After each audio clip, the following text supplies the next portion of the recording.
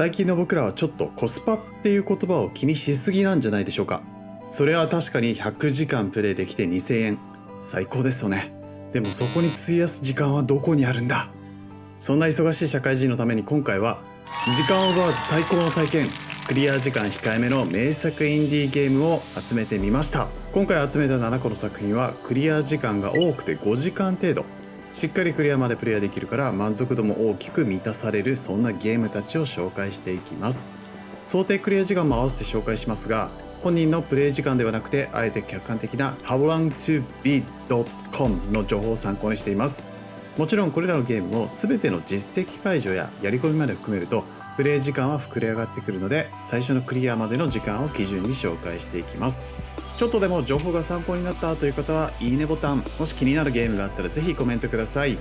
はい、それでは最初に紹介するのは Behind the Frame とっておきの景色を。このゲームは夢を目指す画家となって絵を完成させていく謎解き型のアドベンチャーゲームです。クリアまでの時間は長くてもなんと 1.5 時間ぐらいですね。特に日本人からするとこれ大丈夫かと思ってしまうほどジブリ感のあるセル画アニメーションは秀逸で、アニメ世界とポイント&クリックのゲーム世界をほぼシームレスに行き来しながらアニメ世界の中をゲームしているかのような体験を受けます。プレイヤーはとある画家の部屋から始まり、タッチパネルやジョイスティックで操作しながら部屋を360度ぐるっと見渡して飾ってある絵や気になるものを調べて見つけていきます。このように一部のクリックできるものの中にある仕掛けを解いていきながら絵の具を手に入れて描きかけの絵を少しずつ仕上げていくことでストーリーが明かされていきます。時には不愛想な隣人のおじいさんや気ままな猫に振り回されながら秘密をたどっていくんだけど、絵を完成させるために部屋を調べていく中であなたはこの画家の記憶を追体験しながらフレームの中に潜むとある秘密に迫っていきます。このゲームプレイした後は一つの映画を見終わったかのようなほっこりとした心温まる気持ちになっているんじゃないでしょうか。自分が動かすことによってより世界に感情移入することができるので、ゲームとアニメの新しい形を体験することができる、そんな作品です。はい、続いて2番目に紹介するゲームは刀ゼロ。時間操作ができる凄腕の殺し屋ドラゴンになって時間を操りながら瞬間的なステージをクリアしていくサスペンスアクションゲームです。クリアまでの時間は長くても 5,6 時間ぐらいかな。主人公ドラゴンはある特殊なドラッグの作用によってビデオテープのように時間を過去に巻き戻す能力を利用して自分だけは死ぬことなく依頼者だけを始末していきます。ステージでは敵に攻撃を受けてしまうと一撃でゲームオーバー。だから何度も時を戻して攻略方法を試しながらクリアした瞬間だけを正にして進めていきます。そのためどれも短いステージの組み合わせでできていて、非常にスピーディーなアクションと素早いリトライ性で緊張感のある剣撃アクションを楽しむことができます。また瞬間的に時をゆっくりするバレットタイムを発動することもできるので、クイックとスローをうまく活用しながら戦略的に相手の攻撃や廃止されたアイテムなども活用して結構残虐に切り裂いていくバイオレンスさも特徴です。80年代のネオノワールスタイルの世界を舞台にしていて、物語はサスペンス映画のような暗く荒廃した都市や犯罪組織、そして陰謀が渦巻く世界が描かれていきます。アクションゲームなんだけど、プレイヤーの選択肢によって物語の展開が変化するサスペンス映画のようなストーリー性があって、その物語にどんどん引き込まれていってしまう両面の面白さが楽しめます。これはデボルバーデジタルが出しているっていうのもあるんで、ビデオテープのアナログなノイジー感、ビビッドで再現なピクセル表現、残虐なバイオレンス表現、プレイヤーの頭を混乱させる B 級感のあるサスペンスなど、サムライ版ホットラインマイアミって言ってしまってもいいんじゃないかな。また全体のプレイ時間もそうだけど、ステージの一つ一つはかなり短いので気軽にプレイできるんだけど、ぐっと引き込まれてしまうストーリーを持った作品になっています。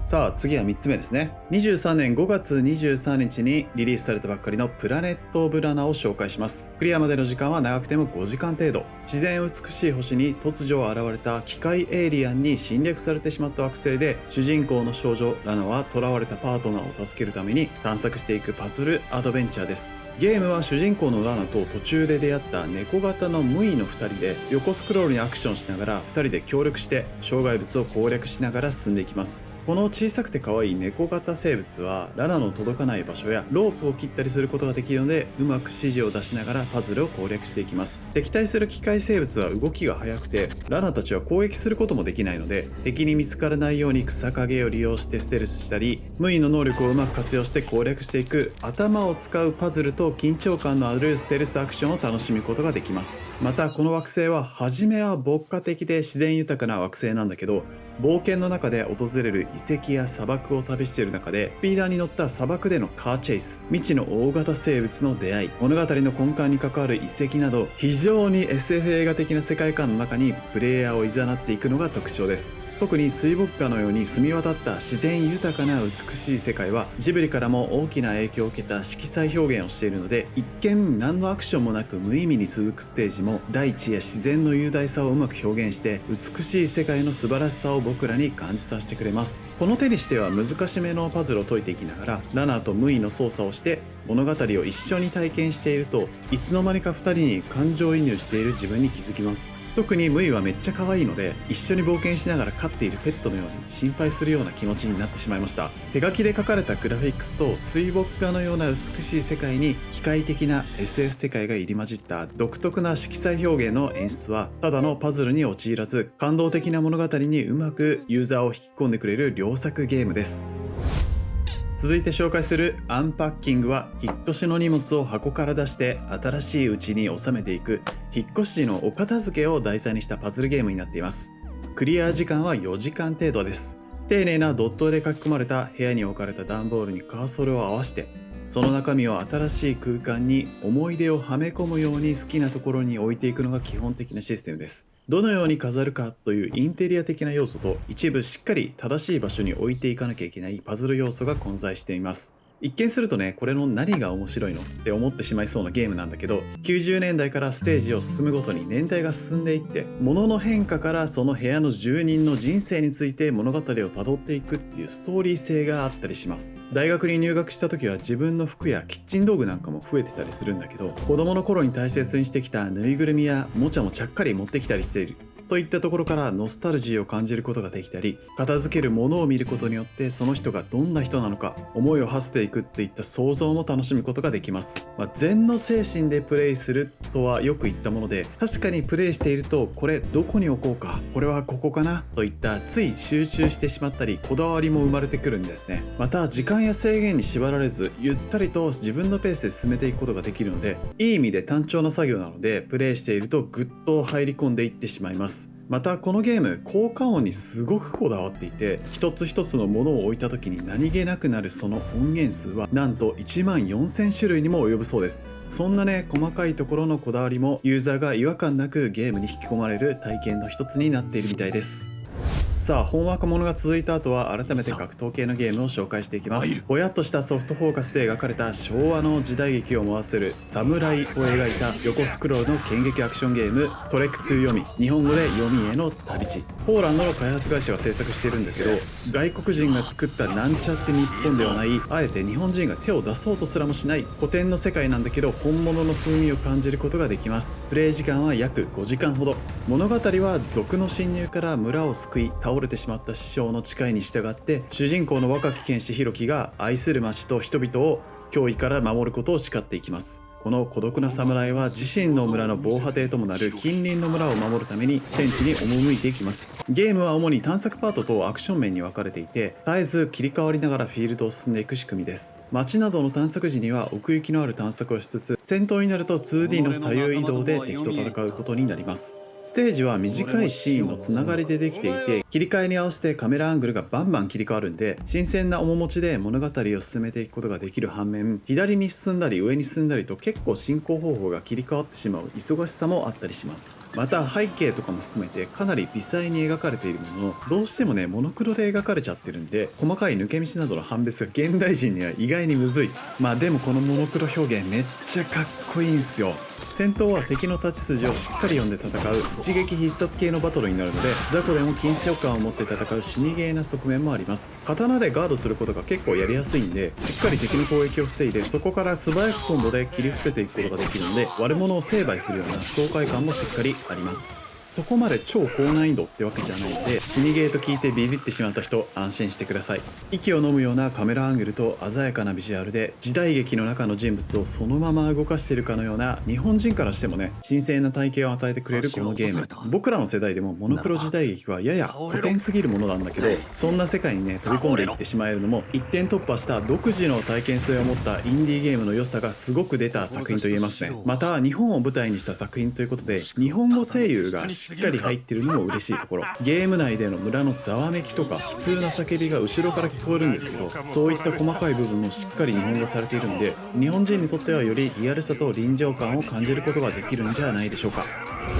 さあ紹介するのはあと2つになってきました。続いて紹介するのはデッドセルズのクリエイターが手掛けた可愛いピクセルが特徴の 2D 小押しアクションプラットフォーマー。このゲームのクリア時間は2時間です。だけど面白い。プレイヤーは突如起こった大規模な火災現場の真っ只中に空中投下された消防士として火元である謎の施設を探索していきます。施設の中は油断の許さない火事現場になっていて、水を補充し生きるように燃え盛る炎を消火しながら進んでいきます。壁や天井が爆発したりバックドラフトを起こしたりするので、火を消火しながら慎重かつ大胆にパズルのようにルートを確保しながら進んでいく本格的なアクションが楽しめます。こんな感じの可愛いドットでできてるんで、すごくシンプルな作品かと思いきや、この謎の施設でなぜ火災が起きたのかといった秘密が現場に残された関係者のデータから徐々に明かされていくミステリーさもあって、お値段以上の満足感を与えてくれる作品になっています。またデッドセルズの開発者であるセバスチャン・ベナールさんが自分の子供のために作ったゲームっていうだけあって、難易度を自由に調整できたりキッズモードなんかも用意されているので、誰でも安心して楽しむことができます。粗めのレトロスタイルのドットゲームながら、そのゲーム性の高さとレゴのようなカラフルさで多くの人が楽しめる作品になってるんじゃないでしょうか。はい、そして最後に紹介するのは、一見するとまるでメジャー作かのような美麗な 3D ビジュアルが魅力的なブライトメモリーインフィニエットを紹介します。このゲーム個人制作の FIQD スタジオが手掛けた FPS アクションゲームなんですけど、このクオリティをね個人で作ってしまうのが本当に驚きなんだけど、高クオリティの FPS アクションゲームをお手軽な価格と時間でサクッと楽しめます。クリアまでの時間は3時間程度です。時は2036年、世界各地で発生した原因不明の異変を調査するために超自然科学研究機構の調査員シアになって戦うというストーリー。突如空に現れたブラックホールの異変の裏には世界の存亡に関わる謎が隠されていて、知られざる歴史が明らかになってきます。魅力的な女性主人公シアは超能力と様々な火器、刀を使用して近接と遠距離をうまく切り替えながら戦っていくんだけど、遠距離からねちまちま攻撃していくっていうよりも近接攻撃がかなり強いんで、どんどん敵に立ち向かっていきながら銃弾を弾き返して進むスピーディーな戦闘を繰り広げることができます。一人称視点ながらジャンプアクションを駆使したり肉弾戦をしたりとアクション要素が強いのが特徴で、それ以外にも道中で手に入るパワーアップアイテムを獲得してスキル攻撃を覚えれば、さらに特殊攻撃で攻撃することなんかもできちゃいます。もちろん遠くから重火器で戦うこともできるので、オンラインは苦手だけど FPS やってみたいなって人にもうってつけの作品なんじゃないかな。また結構ゲーム自体は硬派な作りなのに、主人公シアの衣装をがっつりギャルゲー並みに変更できてしまうのがこのゲームの面白ポイントでもあります。隠密行動する諜報員とは思えない衣装で戦うシアは一人称ゲームなんでね、ほとんど見えないんですけど、新しく三人称にも切り替えるようになったので、僕らも猫耳シアちゃんを見ながらプレイできるようになりました。これはマジでナイス。スキンを変えるとストーリー上は違和感しかないんだけど、男性目線で言ってしまうと眼福ですね。いや何このゲーム。はい、今回は短い時間で最高の体験をということでインディーゲームを7作品紹介してみましたが、いかがだったでしょうか。インディーゲームは独特な体験性を目指した作品が多いことも特徴なんだけど、大作のようなプロダクションではないので、あえて短い時間で楽しめる作品が多くて、時間のない現代人や大人にはうってつけだと思ってます。普段こんな感じで面白いインディーゲームたくさん紹介しているので、よかったらチャンネル登録、ぜひ過去動画から気になる作品も見つけてみてください。また動画見たよって方はぜひ評価ボタンを押していってもらえると嬉しいです。気になる作品があったらぜひコメント欄でもお願いします。それではまた次の動画でお会いしましょう。じゃあね。